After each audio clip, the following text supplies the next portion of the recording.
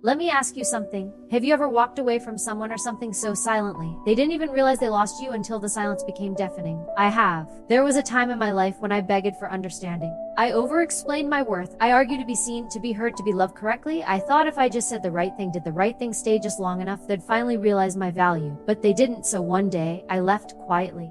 No tears, no tantrums, no explanations, just peace. And let me tell you something, that kind of silence isn't weakness. That kind of silence is power. That's what we're going to talk about today. Because there comes a moment in your life when you realize that the most powerful move you can make isn't loud, it's quiet. It's not about proving your worth, it's about knowing it. And when you know it, you leave differently. You leave with dignity, with strength, with grace. You leave quietly. When you know, you don't argue. There is a certain kind of strength that comes not from raising your voice, but from finding the courage to stop using it. It begins quietly, almost imperceptibly. You don't notice the change at first. But one day you're in a room where you used to argue to be understood, and instead you feel nothing but peace. You look around at the chaos, the voices demanding explanations, the familiar tug of war over who's right, who's wrong, and you choose not to step into the ring.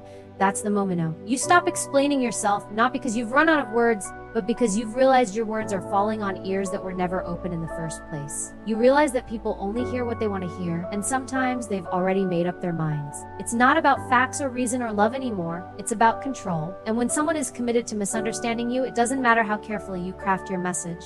You could draw them a map, write them a book, break yourself into pieces just to help them understand, and they still won't see you. I remember sitting across from someone I loved deeply, someone I would have done anything for. And I did. I bent until I almost broke. I justified my feelings, defended my needs, diluted my truth so it wouldn't taste too bitter to them. But no matter how much I tried, it was never enough. And one day, mid-conversation, mid-tears, I realized I didn't want to keep proving my worth. Not to them, not to anyone. That realization didn't come with fireworks. It came with stillness. A calm, steady knowing that I no longer needed them to get it. I didn't need them to validate my experience. I didn't need them to admit they were wrong. I didn't even need them to change, because I had changed. That's the thing about growth. It teaches you to trust your own voice, even if it's the only one in the room. It teaches you that peace doesn't always come with understanding. It comes with acceptance. The acceptance that not everyone will see you. Not everyone will treat you right. And not everyone deserves front row seats to your life just because they've been in the audience for years. When you know your value, you stop offering discounts just to keep people around. You stop negotiating your boundaries to make others comfortable. You stop asking for what should be freely given: respect, honesty, care. That's not pride, that's self-respect. And when that switch flips, when you truly know who you are, you'll be amazed at how little you argue. You'll stop explaining the why behind your choices. You'll stop justifying your standards. You'll stop trying to force clarity where there's only confusion. Because when you're rooted in truth, silence becomes your statement.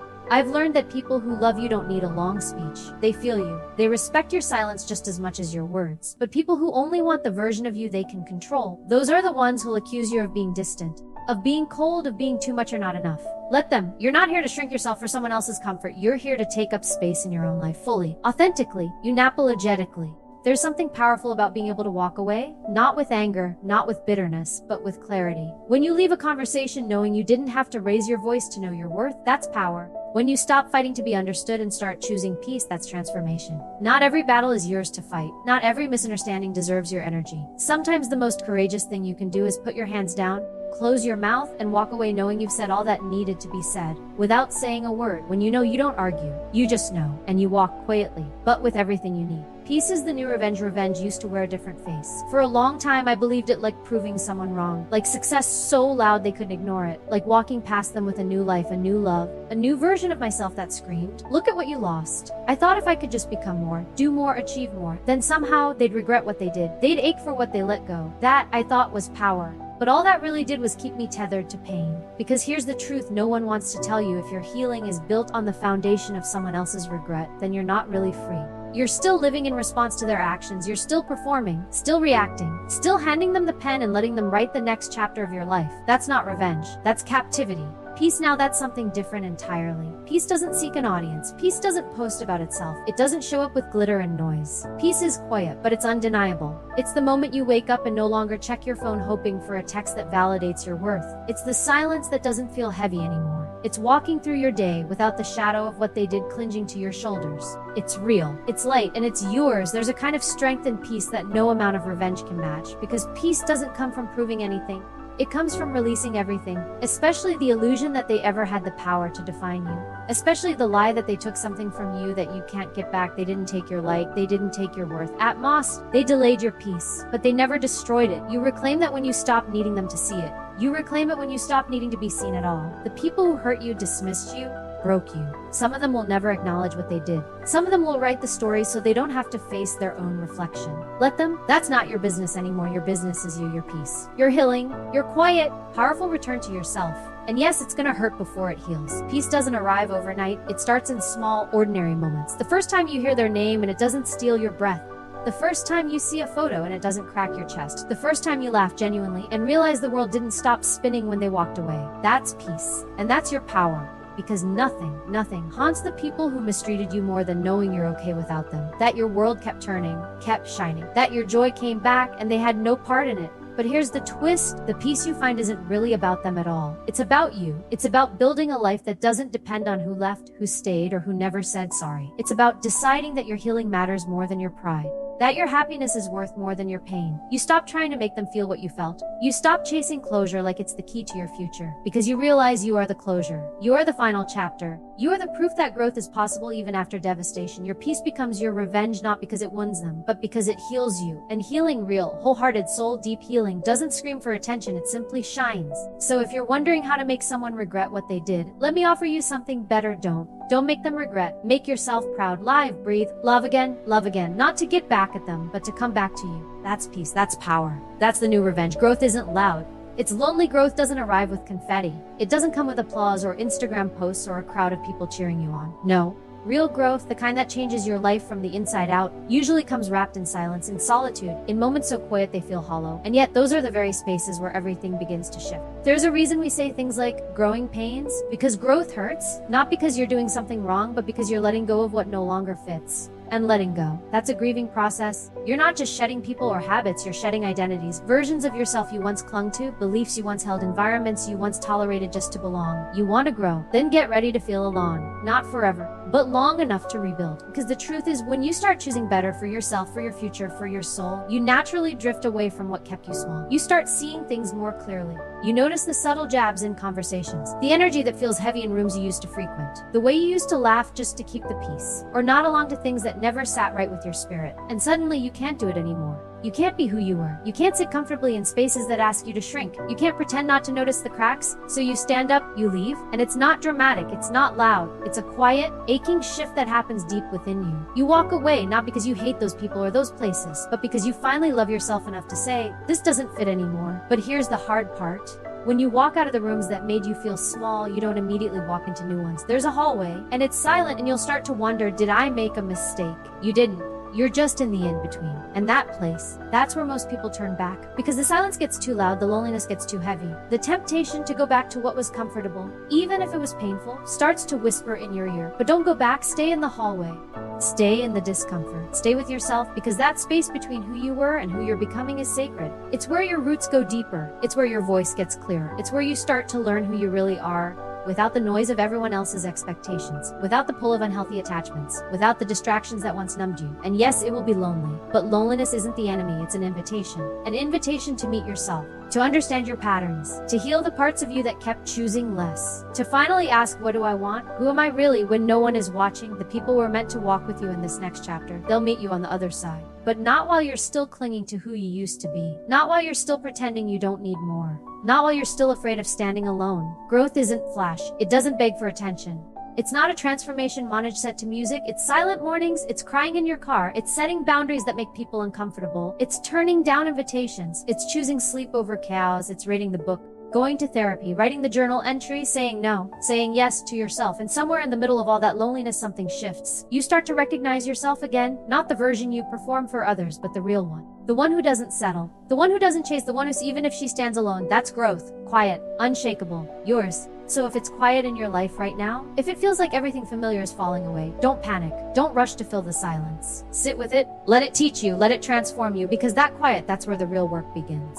Your healing doesn't require permission. It's one of the hardest truths you'll ever face. The people who hurt you may never say sorry. They may never own what they did. They may walk away with their story intact, their conscience in touch, while you're left holding the pieces of something they shattered. And the worst part, sometimes they don't even look back. But here's the truth beneath all the noise. Your healing was never supposed to wait for them. We grow up believing in the myth of closure. We think if we can just get the apology, just hear the words, "I'm sorry I was wrong, you didn't deserve that," then we'll finally be able to move forward. That everything broken inside us will magically begin to heal. That will exhale and the weight we've been carrying will finally lift. But what happens when that apology never comes? What happens when the person who caused the damage keeps living their life like nothing happened? That's when you have to decide something life-changing to stop waiting. Because healing isn't about them. It's about you. It's about reclaiming your power from the places you've left it, in their hands, in their choices, in their silence. I know what it feels like to sit in that silence, to hold your breath waiting for a message, a call, some acknowledgement that validates what you went through, to rehearse what you would say if they ever gave you the chance, to wonder if they even remember what they did, or worse if they do and simply don't care.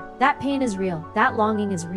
But it cannot be the reason you stay stuck. Waiting for someone else to heal what they broke is like standing in the middle of a fire, refusing to move until the person who lit the match comes back with water. You'll burn, you'll suffocate, and they may never come. So instead, you choose yourself. You stand up in the ashes. You put your hands on your heart and you say, "I may never get the words I deserve, but I will not let that keep me here." And that's when the healing begins. Not because it's fair, not because it's easy, but because it's necessary. Your freedom depends on it. Healing without an apology is one of the bravest things you will ever do. It requires strength you didn't know you had. It means holding space for your pain while also choosing not to be defined by it. It means grieving what was lost, what should have been different, and then choosing every day to live forward. It's powerful. It's defined in the best way.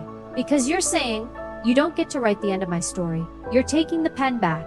You're writing new chapters where pain doesn't sit in the center of your life dictating your worth. You get to create your own closure. Maybe it looks like blocking their number. Maybe it's walking away without the final conversation. Maybe it's sitting with your journal writing the apology you needed and then writing your own name at the bottom. Because sometimes the person you really need to forgive is yourself, for staying too long, for believing them, for dimming your light to make them comfortable, for holding on when they let go, for hoping they'd change. Forgive yourself fully, fiercely. And then let that forgiveness become your freedom. You don't need their permission to move on. You don't need them to acknowledge the damage for you to rebuild. You don't need their guilt to validate your grief. You get to heal because you choose to. Because you are worthy of peace whether they see it or not. Because you deserve to breathe fully again. To love again, not with fear or shame, but with wholeness. No more waiting at closed doors. No more begging for explanations. No more trying to understand why they couldn't love you the way you needed. That's not your weight to carry anymore. What is yours is today. This moment, this chance to choose you. So take it. Take your pain, your strength, your scars, and walk forward. Not because they set you free, but because you did. The Loudest power is in restraint. When we think of power, our minds often race to images of loud declarations, sharp comebacks, fiery arguments, and visible victories. We imagine storms, voices raised, emotions unleashed, battles fought with words that cut deep. That's what power looks like in viral social media moments, and the kind of confrontations that leave no question about who won. But real power, the kind that lasts, the kind that roots itself deep inside you. It doesn't need to shout. In fact, the loudest power is found in restraint. Power is not about screaming to be heard. Power is about knowing when to speak and when to remain silent. It's about choosing your battles carefully, not reacting impulsively, and holding space for your peace even when your heart screams for revenge. There's a fierce strength in saying nothing, in turning away, in letting your silence do the talking. Anyone can fire back in the heat of the moment, fueled by anger, pride, or ego. It's easy to clench your fists and shout. It's easy to respond with the same venom you received, to expose faults, to retaliate with stories meant to shame or wound. But that kind of power is temporary. It's reactive, impulsive, and often destructive. True power is the strength to hold your tongue when every instinct is telling you to lash out. It's the courage to resist the temptation of revenge, not because you're weak or indifferent, but because you're wiser, because your soul craves peace more than it craves validation. I've been in moments where my ego begged me to retaliate, moments when my pride wanted me to make them pay in the only language they seemed to understand: loudness, exposure, conflict. But every time I gave in, I felt smaller afterward, more tangled in the mess, less like myself. But the times I chose restraint, when I held my silence and walked away quietly, I discovered a power that roared in the stillness. When you master yourself, when you master your emotions, no one else controls your narrative. No word, no accusation, no guilt or shame can pull the strings of your peace. You become the guardian of your own energy, the author of your own story. Walking away quietly isn't giving up. It's claiming your power on your terms. It's refusing to be baited by drama, refusing to let anger make decisions for you, refusing to hand over your peace to someone who never valued it. And here's the secret: they feel it. When you leave a room without a fight, without a sign, your absence speaks volumes. They notice the space you once filled, the calm you brought, the energy you radiated. And in that silence, they recognize their loss. That loss isn't something you have to announce. It's something they feel in the way your absence shifts the room's energy, in the way the air feels lighter without your tension, in the way they realize they no longer hold power over you. The loudest power is not the noise you make. It's the control you hold over yourself. It's the peace you choose instead of chaos. It's the quiet strength that lets you walk away while others are still fighting. This kind of power transforms you. It makes you unshakable. It gives you freedom. Because when you master restraint, you master yourself. And when you master yourself, no one can steal your power. Not with words, not with guilt, not with shame. So the next time your ego calls out for battle, listen to your silent sets, choose peace, choose power, embrace solitude. Solitude is often misunderstood. In a world that prizes connection, noise, and constant activity, being alone can feel like a punishment or worse, a sign of failure. But solitude, true solitude, is not loneliness. It's a powerful and necessary space where you meet yourself fully, where growth and healing take root, and where your deepest truths can finally be heard. To embrace solitude is to choose yourself without distraction. It's to sit with your own thoughts, fears, and dreams without running away. It's to quiet the external chaos long enough to listen to your inner voice, the one drowned out by the demands of others, the pressure to perform, and the noise of everyday life. When you embrace solitude, you step away from the world's expectations and opinions. You stop looking for validation outside yourself and start finding it within. You learn to be your own best company, to hold your own hand through storms, and to find peace in your own presence. It's in these moments of solitude that you begin to understand who you really are, beyond your roles, relationships, and past wounds. You start to peel back layers of doubt, fear, and conditioning to reveal the core of your being: resilient, worthy, and whole. Solitude teaches you patience. It teaches you to sit with discomfort rather than escape it. It asks you to confront the parts of yourself you've been avoiding, the insecurities, the pain, the dreams you've been too afraid to chase. And yes, it can be hard, but in that hardness lies transformation. When you embrace solitude, you give yourself permission to heal without an audience. You can cry without embarrassment, dream without limits, and plan your next steps without interference. You become your own sanctuary, a safe place where you can rest, reflect, and recharge. In solitude, you develop clarity. Without the noise of others' opinions, you can hear what your heart truly wants. You discover your values, your boundaries, and your purpose. You learn to trust your intuition, the quiet, unwavering compass inside you. This trust is revolutionary, because once you trust yourself, you no longer need to seek approval or explain your choices. You act from a place of authenticity and strength. Embracing solitude is also an act of courage. It means facing the silence and the stillness without running to distractions or unhealthy escapes. It means standing alone when you need to, even if it feels uncomfortable or unfamiliar. But the more you practice solitude, the more you realize it is not empty. It is full of possibility, creativity, and self-love. It is the fertile ground from which your greatest growth will sprout. So if you find yourself resisting being alone, know that resistance is normal. But don't let it stop you. Lean into the discomfort. Make space for yourself. Turn off the noise. Sit quietly. Breathe deeply. Listen closely. In solitude, you will find the strength to walk away from what no longer serves you, the clarity to see what truly matters, and the peace to stand firmly in your truth. Embrace solitude. It is not your enemy. It is your greatest ally on the journey to become who you were always meant to be. I want to leave you with this. You don't have to slam doors to be powerful. You don't have to prove your point to be right. You don't have to shout to be remembered. Some of the strongest people I've ever met left quietly, but they left completely. And when they walked out of rooms that no longer honored their light, they didn't just leave something behind, they stepped into something greater. So whatever it is you're holding on to, the pain, the betrayal, the silence, and maybe today is the day you put it down. Not to make a scene, but to make a shift, because you deserve a life that doesn't require you to scream for love, beg for clarity, or fight to be enough. You already are. Now walk away quietly, but powerfully.